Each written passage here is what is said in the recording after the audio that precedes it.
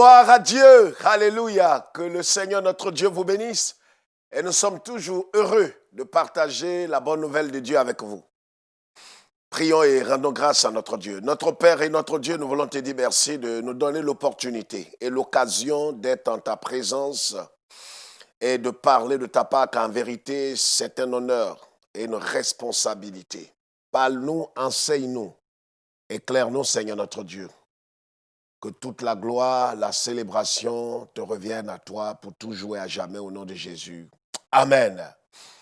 Que Dieu vous bénisse et que le Seigneur notre Dieu nous garde tous dans le creux de ses mains et nous donne l'intelligence de marcher toujours sur le chemin étroit. Alléluia. 1 Samuel chapitre 23. 1 Samuel chapitre 23, le verset 1 jusqu'au verset 5. 1 Samuel chapitre 23, le verset 1 jusqu'au verset 5. On vint dire à David, voici les Philistins ont attaqué Keïla. Et il prit les airs. David consulta l'Éternel en disant, irai-je et battrai-je ces Philistins? Et l'Éternel lui répondit, va, tu battras les Philistins et tu délivreras Keïla. Mais les gens de David lui dirent, voici, nous ne sommes pas sans crainte ici même en Juda. Que serait-ce si nous allons à Keïla contre les troupes des Philistins? David consulta encore l'Éternel. Et l'Éternel lui répondit, lève-toi, descends à Keïla, car je livre les Philistins entre tes mains. David alla donc avec ses gens à Keïla et il se battit contre les Philistins. Il amena leur bétail et leur fit éprouver une grande défaite. Ainsi David délivra les habitants de Keïla. Amen. Voici une parole qui certainement doit nous guider et nous éclairer, nous instruire dans la voie du Seigneur. Nous savons tous qui est David, pour ceux qui sont familiers à la Bible. David est serviteur de Dieu. David est ce berger-là, dans une grande famille de 8 enfants. Et David était pratiquement le dernier. Et vous savez tous son histoire. Quand Dieu a décidé, après la déchéance, après avoir désapprouvé l'attitude et le comportement et la vie de Saül, comment il a choisi le jeune homme David. Le prophète Samuel était allé dans la maison d'Isaïe et il a dit à cet homme que l'Éternel Dieu m'envoie choisir en vérité le roi d'Israël dans ta maison. Le père de David a aligné tous les enfants, vous connaissez cette histoire. Et Samuel, un véritable serviteur de Dieu, mais en tant qu'être humain, avait porté les regards sur un des fils d'Isaïe, le père de David, l'un des aînés de David. Il s'est dit intérieurement, la corpulence, la forme de cet homme certainement doit révéler qu'il est choisi de Dieu. Et Dieu lui a dit ce jour-là que l'extérieur, pour paraphraser, ne révèle pas véritablement l'intérieur. Car l'homme regarde à l'extérieur, mais Dieu regarde au cœur. Et c'est ainsi qu'ils sont allés chercher David. Et quand le prophète Samuel a vu David poussé par l'esprit, le Seigneur lui a dit, voici mon choisi. Et depuis ce jour, David est devenu roi, mais pas le même jour. Vous savez tous qu'il a traversé des moments difficiles. Et c'est dans ce laps de temps que David va traverser et va vivre des expériences extraordinaires. Vous savez, une chose est d'être choisi par Dieu. Et une autre chose est de vivre pleinement ce pourquoi Dieu vous a choisi. Une chose est d'être élu et une autre chose est de régner. Comprenez? La Bible dit ici que David était poursuivi par Saül. Et pourtant, c'est lui le roi choisi, le roi oint. Mais Saül qui était déchu, ne voulait pas entendre raison, il voulait la peau de David. Il poursuivait David partout dans les montagnes. C'est dans cette course que des hommes sont venus dire à David, voici les Philistins ont attaqué Keïla. Vous comprenez? David avait déjà tué un certain Goliath. David est un habile guerrier. David est un homme selon le cœur de Dieu. Un homme qui aime Dieu. Un homme qui servait le Seigneur, l'Éternel Dieu.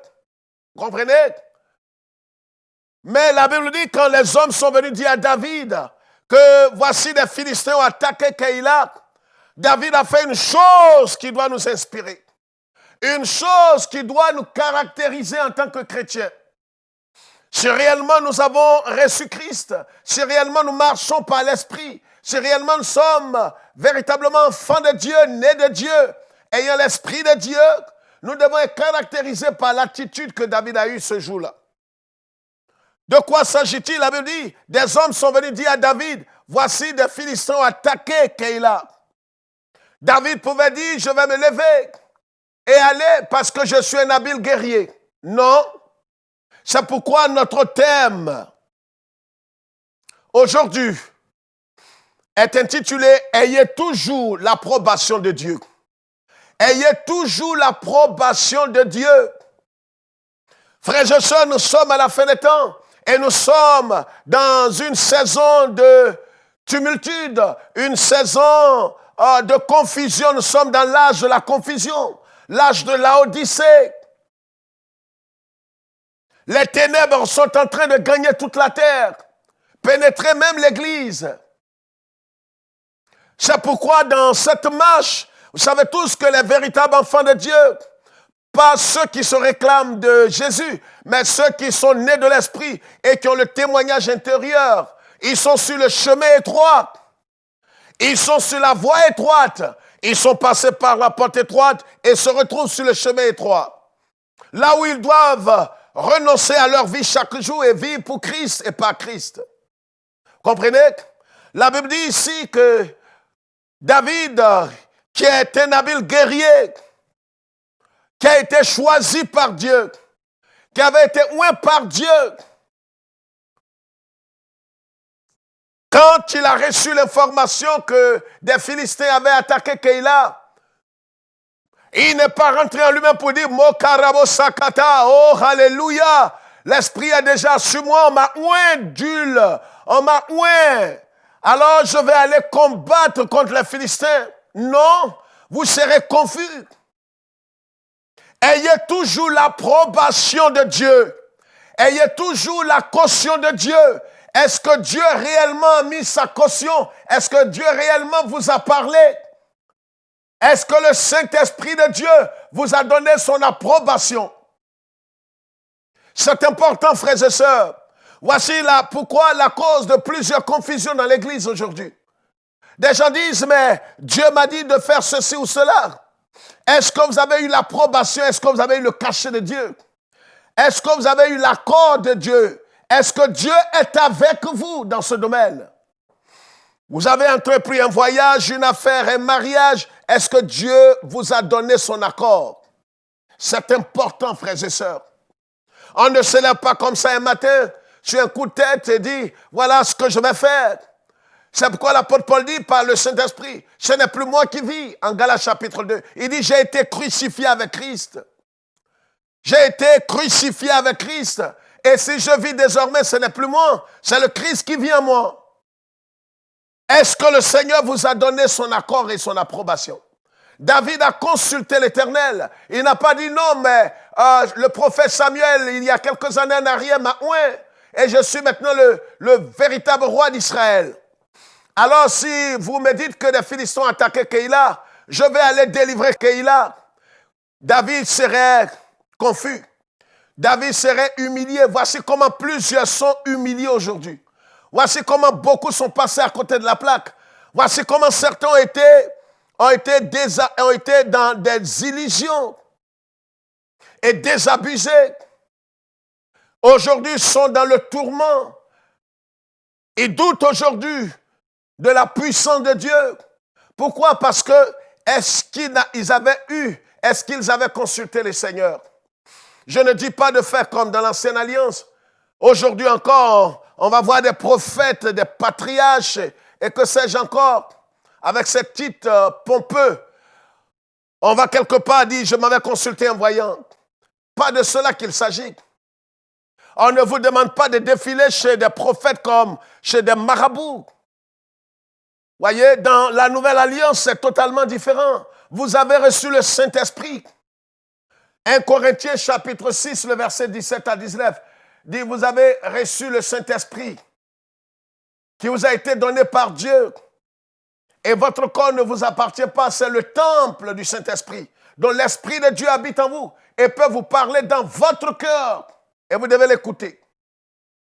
Ça veut dire qu'en toute chose, comme David l'a fait, David avait la possibilité, selon les hommes, d'aller directement se jeter sur les Philistins. Mais là, il allait échouer, vous savez. Voici comment plusieurs ont échoué. Ils disent, mais hier, Dieu était avec moi. Hier, Dieu était avec moi, mais Dieu est toujours avec nous. Mais dans chaque aspect de la vie, nous devons avoir l'accord de Dieu, l'approbation de Dieu. Vous voulez entreprendre quelque chose, est-ce que vous avez reçu la caution de Dieu? Est-ce que vous avez reçu une parole venant du Saint-Esprit vous donnant l'accord de Dieu? Si ce n'est pas le cas, vous allez vous planter. Vous comprenez?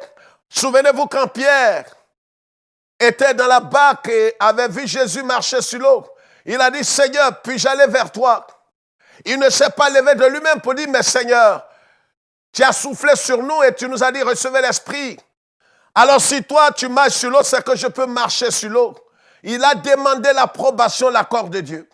Est-ce que vous avez l'approbation de Dieu dans ce que vous êtes en train de faire? Est-ce que vous avez reçu l'accord de Dieu? Si vous ne l'avez pas reçu, alors vous courez un grand danger. Vous courez à votre propre pète. Des gens ont entrepris des affaires parce qu'un prophète leur a dit, oui, ainsi parle l'Éternel, c'est vrai. Le pasteur, le prophète, bishop ou que sais-je encore, ces titres qui n'ont même pas de base biblique.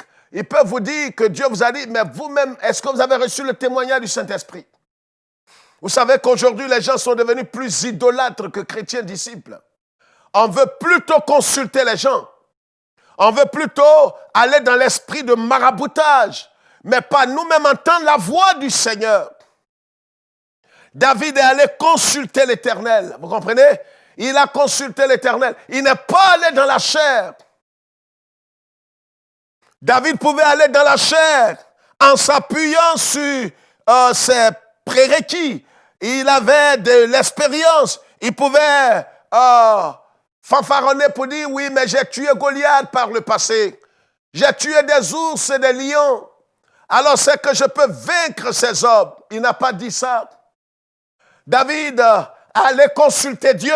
Qu'est-ce qu'il a dit? Il dit, David consulta l'Éternel en disant, irai-je et battrai-je ces Philistins? Il a demandé, Seigneur, est-ce que je dois aller contre ces Philistins? Quelqu'un dira, mais certainement, ce n'est pas quelque chose qu'il faut demander à Dieu. Ce n'est pas quelque chose.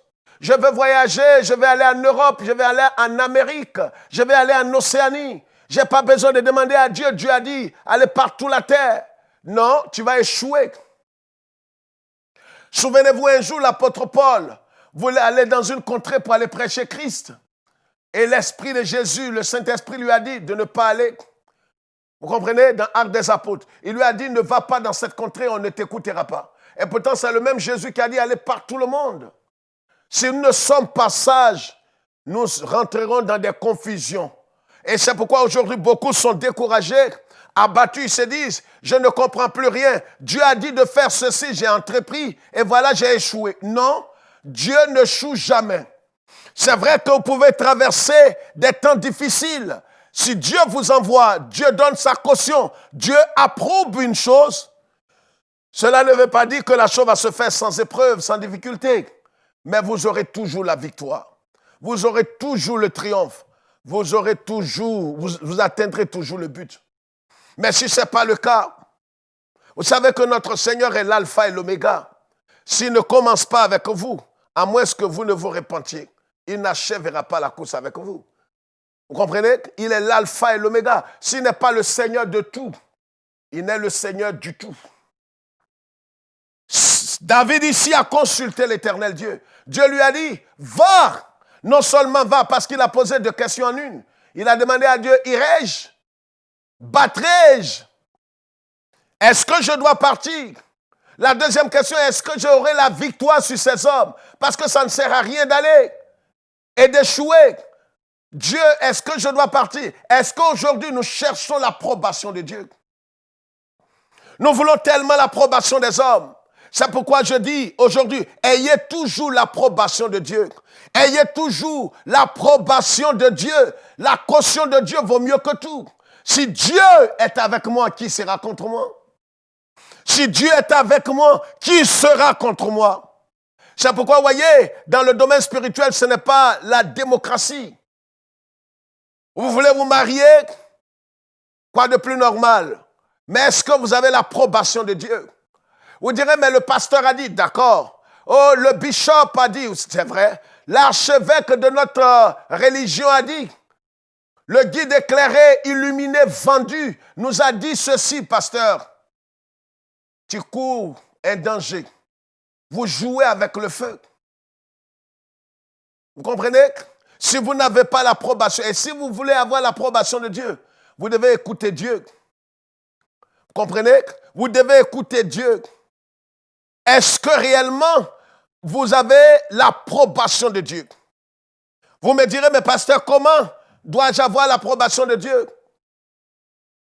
Premièrement, qu'est-ce que l'approbation? L'approbation, c'est la caution. L'approbation de Dieu, c'est sa volonté. Mais comment vous pouvez trouver cette volonté-là? Je voudrais souligner au moins trois choses importantes. La première chose que nous devons comprendre, voyez, c'est de consulter Dieu à travers la parole de Dieu. La parole écrite, le logos. Vous voulez faire quelque chose, alors vous êtes dans l'obligation d'avoir l'approbation de Dieu. Par la parole de Dieu, en lisant la parole. On vous enseigne pas mal de choses aujourd'hui. Priez maintenant pour tuer votre patron pour prendre sa place. Est-ce que vous avez l'approbation de Dieu pour cette prière? Vous direz, mais quand notre bishop a demandé de prier, il était en transe, il parlait en langue et il y avait une force qui s'est emparée de lui. Arrêtez cela. Arrêtez ces choses. C'est de l'idolâtrie et de l'idiotie. Vous comprenez? Dieu ne peut pas être avec vous.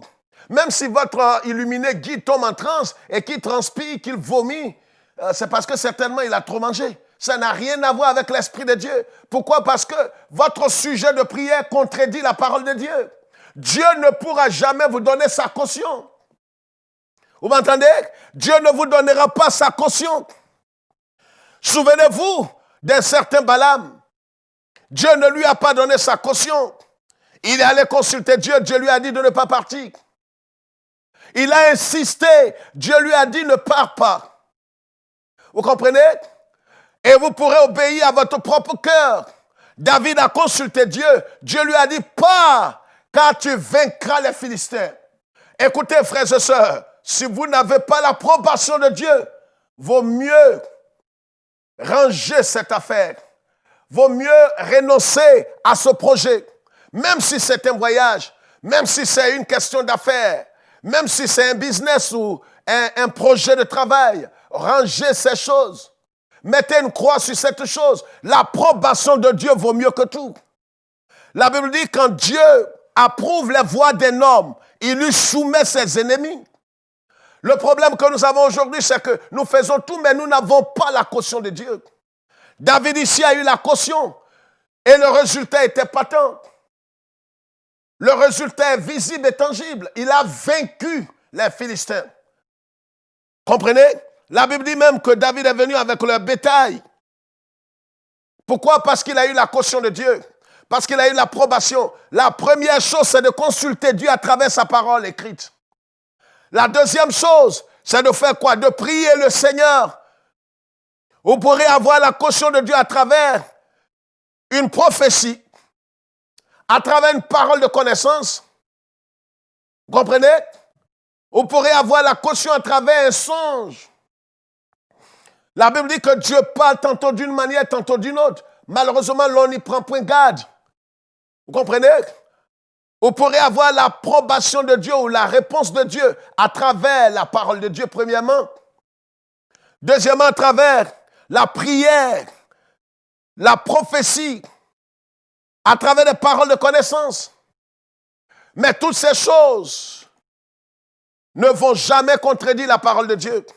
Donc, si vous avez fait quelque chose, vous voulez faire quelque chose, et que vous n'avez pas la certitude, la Bible dit, tout ce qui n'est pas fruit de conviction est un péché. C'est pourquoi vous voulez entrer dans les liens sacrés du mariage, vous voulez voyager, vous voulez entreprendre quelque chose. Est-ce que vous avez l'approbation de Dieu? Est-ce que vous avez le cachet de Dieu? La chose est légitime. Dieu veut que vous soyez bénis. Dieu veut que vous vous mariez. Dieu veut que vous voyagez. Dieu veut. Mais est-ce qu'il vous a donné sa caution de façon spécifique? Vous comprenez? Il a dit, allez par tout le monde et prêchez la bonne nouvelle. Mais avant d'aller dans une contrée précise, nous devons demander au Seigneur, Seigneur, dans la prière, et nous devons avoir le résultat, la caution et l'approbation de Dieu pour que nous allions dans cette contrée précise. Vous comprenez? Si vous ne l'avez pas fait, et si vous ne le faites pas dans la marche chrétienne, vous allez avoir des ennuis. Et aujourd'hui, malheureusement, beaucoup sont frustrés, découragés. Certains sont dans les illusions aujourd'hui. Ils ont dit, mais et pourtant, quand j'ai lu la Bible, le Seigneur dit, tout lieu où foulera la plante de tes pieds, je suis allé, voilà, je suis confus. Parce que tu n'as pas été sage. Est-ce que tu as eu Dieu te parlera dans ton cœur. Dieu te parlera par un homme, un conseiller, un homme de Dieu authentique, intègre, craignant Dieu. Vous comprenez? Et c'est important de comprendre que si vous voulez entendre véritablement la voix de Dieu, il faut que vous soyez nés de nouveau, ça c'est un préalable indiscutable. Il faudrait que vous ayez un cœur pur, parce que Dieu n'exauce point le pécheur, Jean 9, 31. Et il faut que vous soyez véritablement attentifs à la voix du Seigneur. Et si ces choses sont manifestes dans votre vie, vous allez entendre Dieu vous parler. Dieu parle. Vous n'avez pas besoin forcément d'un pasteur ou d'un prophète pour entendre la voix de Dieu. La Bible dit Dieu parle. Et Dieu parle encore aujourd'hui. Il parle par des canaux, des hommes. Il parle par la parole. Il parle dans les songes. Il parle par l'esprit, par les prophéties. Il parle. Seulement que vous discernez toutes choses.